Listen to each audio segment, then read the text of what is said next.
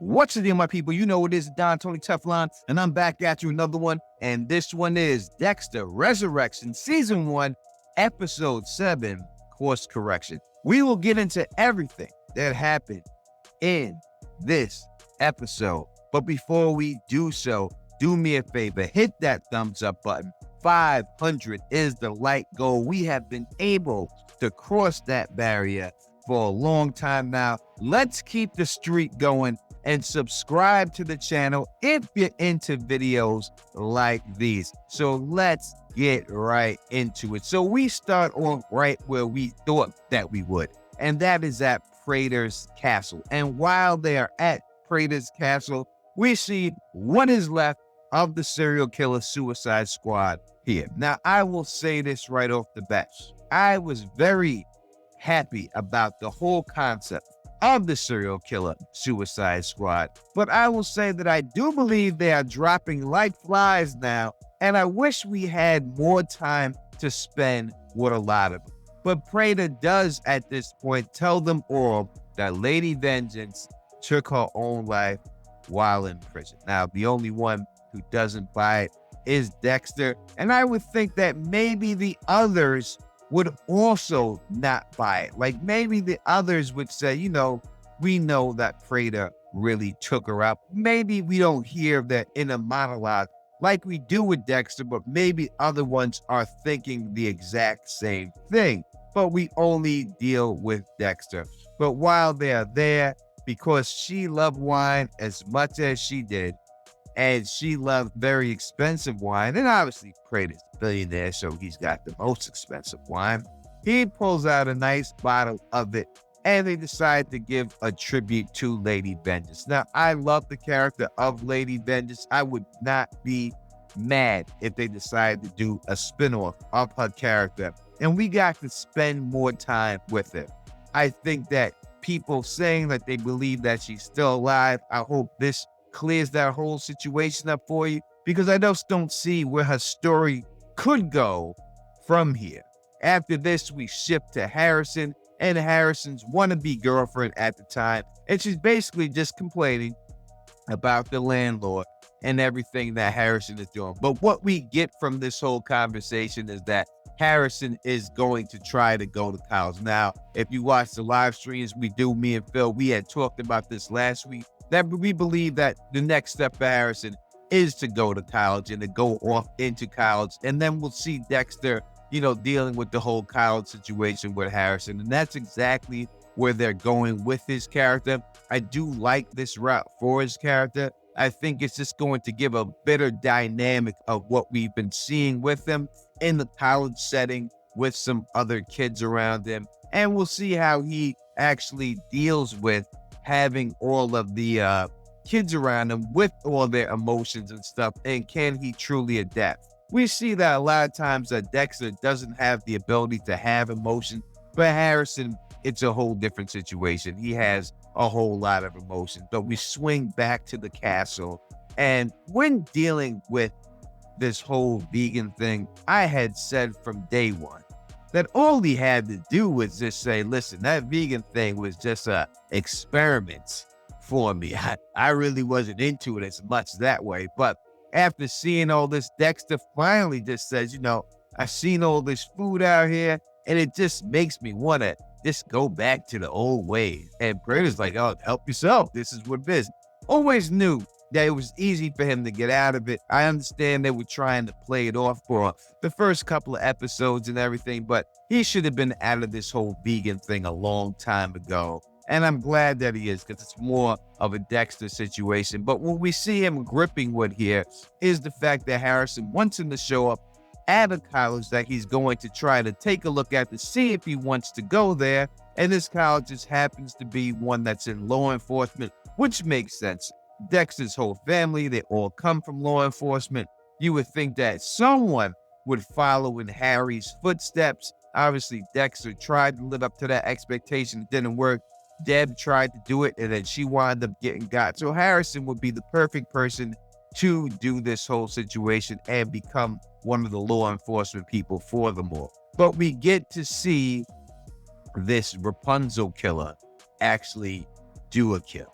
And as we all thought that this guy was definitely a creepy looking guy, he was definitely just like a creep bag. And we knew that, this thing she was doing, because listen, I got no respect for any of them, of course, but even worse respect for people who kill children and some type of women. You know what I mean? And this is that guy. So I have no love for this guy. I can't wait. Out of all of them, I wish he would have been the first one to go.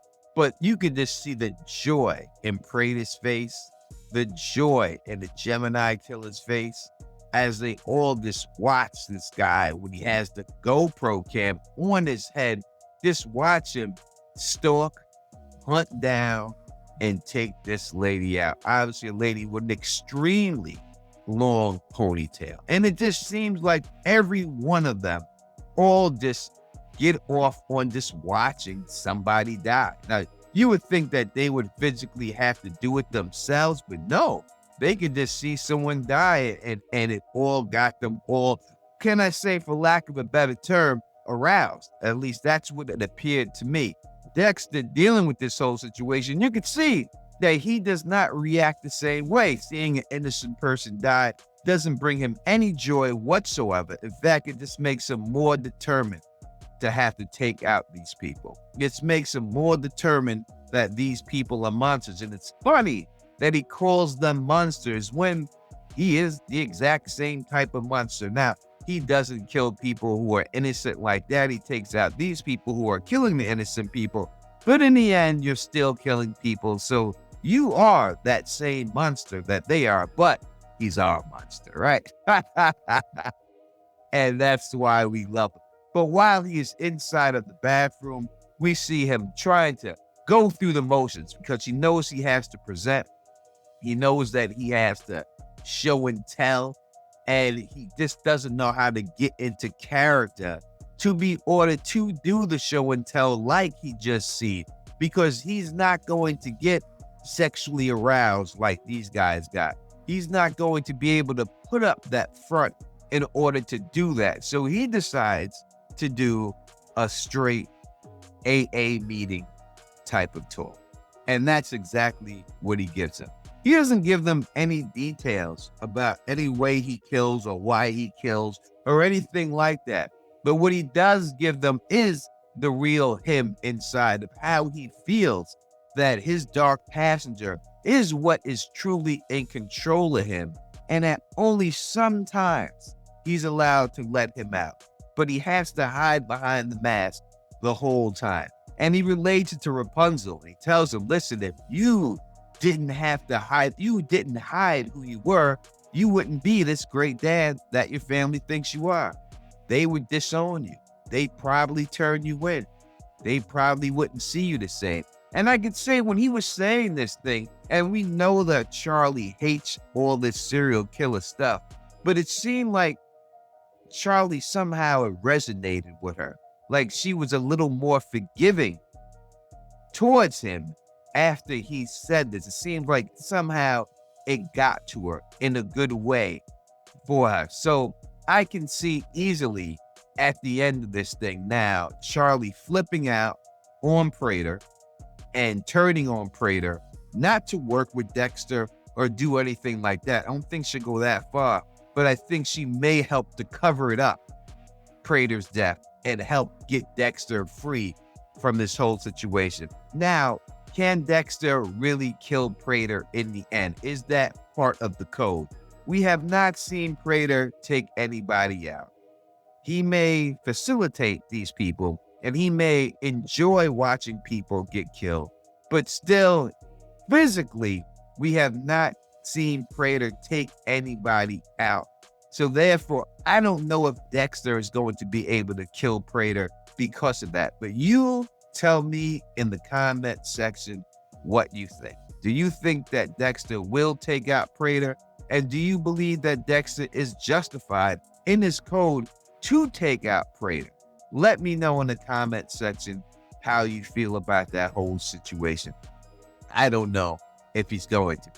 But in the end, Gemini does not really like this type of prying into his soul. He didn't really like it. Now, I told you from before that I believe that this was the serial killer AA meeting, and it seems like that's exactly where it went. After this, we are back with Batista. He is with Detective Claudette, and he is trying to say the obvious. And I really think it's obvious.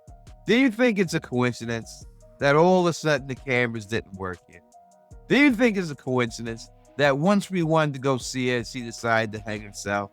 The obvious, right? And they had this, oh, there was a report that there was faulty cameras in that place.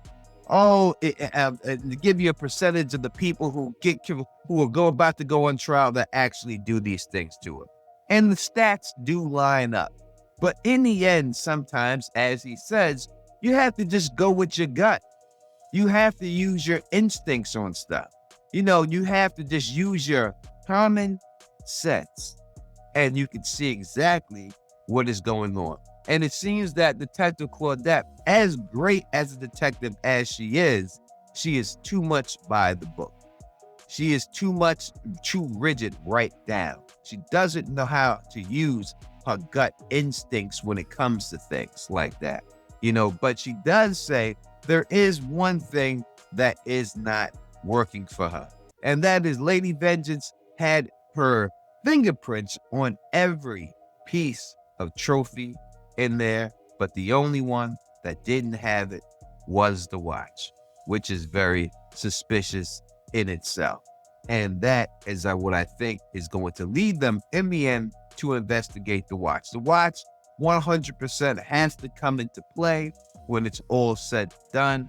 The watch has to be the thing that brings Claudette back to Harrison and back to wanting to capture Harrison. Now, when Dexter is back with the serial killer Suicide Squad, I'm going to say this. I love the Gemini Killer from the beginning, especially the actor playing it. I thought that his character could have been great, but I think that the way they made it turn out with him, it just didn't work as good as I wanted it to. I think they could have went more in depth with him, but I think that lies in the problem. When you have all of these serial killers there, usually Dexter gets a whole season to take out one.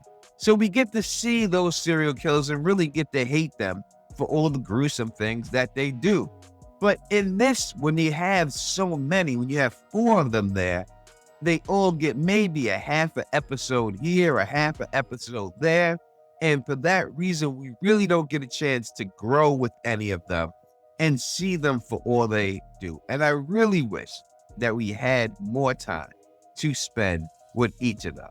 But while they did not like Dexter's show and tell, and they thought that his show and tell was boring, and they tried to tell him that Prader likes to see things. He wants to see it, and he did not do that. It is 100% different when Dexter goes and meets with Prader, because Prader loved his show and tell. He said that it was emotional, his show and tell, and opening up in the way he did and was able to open up was just special to him. And it put him in a very special place, and that is why he liked the show and tell. And we got to learn a lot more about Prader this episode and what actually makes him tick and why he does the things that he does. So he goes into depth about his mother and his father being killed by a drunk driver at the time. But he goes and he tells the full story that this drunk driver was not just a regular drunk driver. That this person intentionally, after having a fight with his girlfriend, got behind the wheel and wanted to hurt somebody just so he could feel better. And that is why he went and killed his parents. Now, he didn't say that he specifically targeted them, but it didn't matter. Anybody that he seen at that particular time when he was behind the wheel of his truck, he was going to kill that person. And we see good flashbacks of this guy in prison because Prader then wrote him a note while he was a child, just trying to understand everything that was going on. And the guy wrote him a note back, and Prader keeps this note and actually lets Dexter see it, and he calls it his first trophy. But while he was going to see this guy in prison, he developed a relationship with him. And the guy opened up to him, and he told him that that wasn't the first time that he killed before.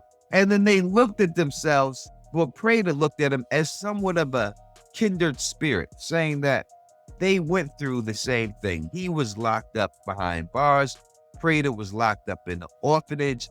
And it got him to understand that the openness that he felt with this serial killer, he never felt with anybody else before, not even his parents. And that is what he feels now towards Dexter's Red after he opens up, that he feels that he has a more connection with him personally than anybody in his life at this particular time. And I do believe that they did this to step up the downfall of Prader, because he is now such a fanboy. He is now so forgiving to Red that now he's not going to be able to see what is actually right in front of his face. In fact, he'll just be willing to be blind to it because he likes him so much that anything that he does, he's just going to want to overlook it in the end and not see it for what it truly is. And that is how, in the end, he's going to be deceived by him and everything. Now, there's also, we could look at it on the other hand, that Dexter now has someone who not only appreciates him, but is not afraid of who he really is, and someone he can actually tell the truth to. And that person can actually understand him. And when we go back to history of Dexter, that is what he always was looking for. He always had a longing for someone just to accept him for the person that he is and not have to hide. And that's what attracted him to a lot of the women in his life that actually did accept him for those things. Now, obviously, Prader's not a woman, but he does have that connection with him. So I'm asking you in the comment section, do you think that he does Dexter take out Prader, or does he keep him alive as his psychiatrist, as his friend, as someone he can just go to and just talk about things? Because in the end, Prader says that he knows that most of these people are only here because of the money that he gives them. And he understands that whole situation. Dexter's gonna need the money now that Harrison is going to college and he's going to need to pay it. So that income would help out, because Dexter ain't got no goddamn job. I mean, it's your car shit. Ain't no damn job. But we seen him do it 3 times, all right? He ain't making no money on that, all right? No, we know that. He's gonna need money to come in. So if he maintains a relationship with Prader, that money keeps coming in for Harrison. And it also works in the situation that Prader can offer him up as many serial killers to kill as he wants to. What do you think is going to happen in the comment section? Let me know. We then see Angel Batista, and he is tracked down where Dexter lives. And he goes over to Blessings, and he starts having a conversation with him. Now, Batista, to me, is walking a very, very thin line. And in the beginning, I really didn't think that there was a way for Batista to get taken out. But now I can see it happening. I can see how he just pushes too much. And this in the end allows Dexter to take him out in some way. Now, I do not want this to happen. This is something I'm not going to be looking forward to if it did happen. And I still don't think it's going to happen this season. I just think it would just be too much to take out Angel this season. When we talk about Dexter, especially the cast of Dexter, this is a guy from the original series. We don't really have that many people from the original series. So I just would not want him to be the one who gets taken out, because I don't want to deal with Quinn at all and have a whole thing with Quinn. That just would not work for me. But again, we find ourselves back at the castle, and Dexter is going to figure out a way to try to take out the Gemini. And I really thought that they would do a better job of making this Gemini Killer more formidable. It just seems like he fell for almost the exact same thing that his brother did. And I really wanted them to make this guy, especially when we're talking about somebody who is #1 on the FBI list, who has been getting away with this for decades, who has been doing these crimes that they're willing to make movies about, write books about. You would think that he would be able to just do what he does, and he'd be smart about doing it. And he would just not be such easy prey. I mean, I can look back at characters like the Skinner that Dexter took a full season to get rid of. Took him a while to get rid of this guy. And it just seems like this guy, who was a Gemini, so prolific, done all of these kills for all this, and it's just so easy for Dexter to take him out. It's just so simple. Like, it wasn't hard at all. I mean, he's taking these guys out in broad daylight. He's taking them out in front of everybody while they're all there. He's doing it. So what he does is he talks to him, and I knew that this was going to how he was going to spin it. I didn't think it'd be on the Gemini Killer. I thought somehow he would spin it on Rapunzel, but in the end, Rapunzel is the last man standing. But he uses his ego against him once again, and he admits to him that he knows that he is a twin, and he gets him to admit that he's a twin. And he also tells about the drop and everything and how much of a fan he is, and he was able to follow him. And you would think that how, if you're the Gemini Killer, you wouldn't be more aware of your surroundings, that someone would be able to follow you this whole time and go into the bookstore, take your note, and you would not even have any clue that any of this happened. This is supposed to be the most prolific serial killer in the world at this particular time. And Dexter took him out and made him just look like this a regular thug on the street. I've seen Dexter have more problems with regular people than he had with any one of these serial killers so far. And I really wish that they would have did a better job of him having problems with these people. But he eventually has this guy and tells him straight up that he killed his brother. And not only did he kill his brother, he said, we heard that twins, you could feel a thing. Did you feel the pain in your chest when I stabbed your brother? Did you feel your body burning when I burnt his body? I mean, I wish you would have told him I'm the Bay Harbor Butcher. I wish you would have just said it to him straight up right then. But then he gets Gareth to break a wine glass and attempt to stab him. And he does so and allows Gareth to stab him or cut him on the arm and let everybody see that Gareth is attacking. So it's all this obvious. They see it looks like Dexter's defending himself, that Gareth is just attacking him for no reason at this time. And everyone is just allowing this to go on. And then eventually when they were able to get close up, Dexter's able to spin the story and put the tattoo collector on Gareth and say that he had a plan to take out all of us and everything else. And the only one who doesn't buy it at the time is Charlie. Like, this dude kills in twos. That doesn't make any sense. But when we deal with the fanboy Peter Dinklage at this time, Prader, I should say, he's just overlooking the whole thing and saying that Red saved us. He's the one who did it, and he's such a good guy for doing so. And in the end, it'll be Prader's downfall. But we also learned that Rapunzel does not like the blood. Doesn't like blood. It makes him queasy. Doesn't like to be around it. That's exactly why he says he strangles, because he doesn't like blood, which I think could come into play later on when it's all said and done. But I love the show. Do not get me wrong. Love it.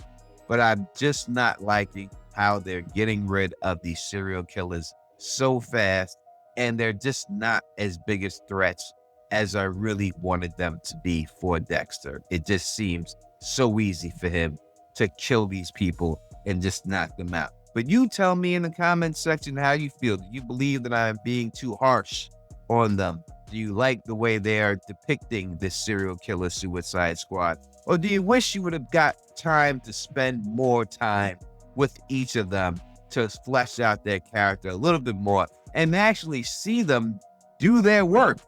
We have never seen one of them do their work. Not one. Have we seen kill anyone on videotape, but never have we seen anything in person. And that's what I wish they would show. We see Charlie inside bandaging up Dexter's character, saying that if he would have got cut a little bit closer, he would have bled out. And she is the one who knows this because she's done it to people before, which I think comes into play later on. I'll make a theory video about that. We switch right again to Harrison at the college at this particular time. And while he's going there, texting his father, asking his father, where are you going to be? Can you come here and meet me and walk around the college with me? Like the father and son would do. He meets this blonde-haired girl, which I presume is going to be a future love interest.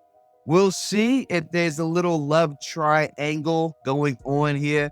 I mean, this other girl that he wants to be his girlfriend doesn't seem to be that interested in him anyway. But I do like the fact that they letting the kid get some game and bounce right back.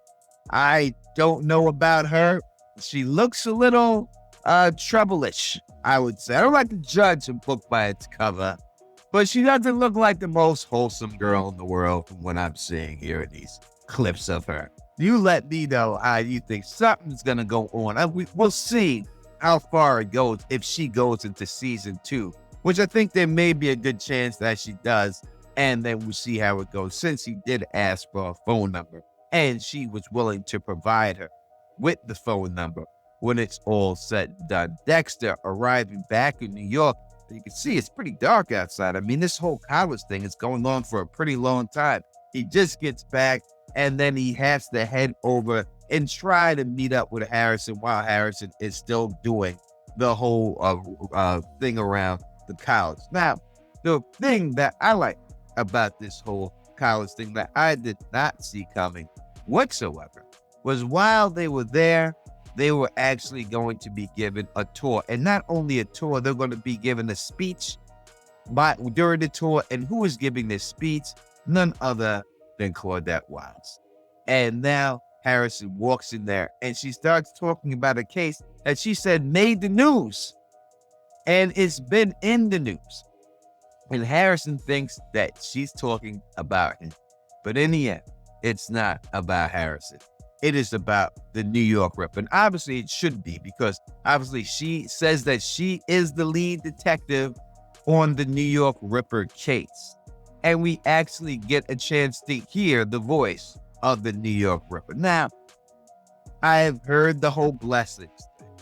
I have heard that Rita's son thing. It is neither of those people are the New York Ripper. We have not been introduced to this character yet. They probably have not casted this character yet. It's not going to be any. This is going to be a storyline that goes into next season, and that is why they presented it. But we could see it's gruesome with the work he does. And he is like Jack the Ripper. He is pulling out the entrails in the same style that Jack the Ripper did, and he is just leaving the bodies in their wake. And that's how it's going out with them. In the end, this is what's going to go into happen with the whole New York Ripper thing. We will see who that person is in next season, and that will be the big bad of next season when it's all said and done.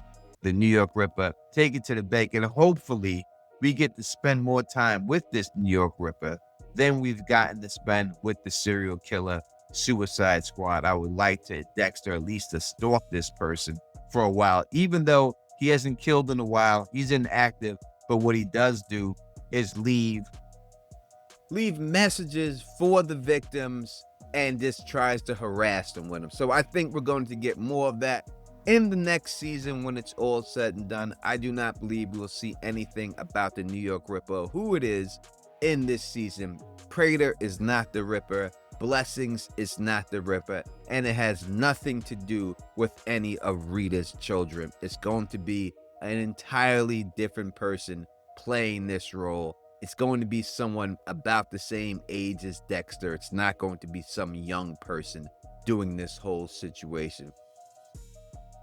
After dropping off Harrison, the next thing we see is that Batista shows up at Dexter's apartment, hanging out again with Blessings in them.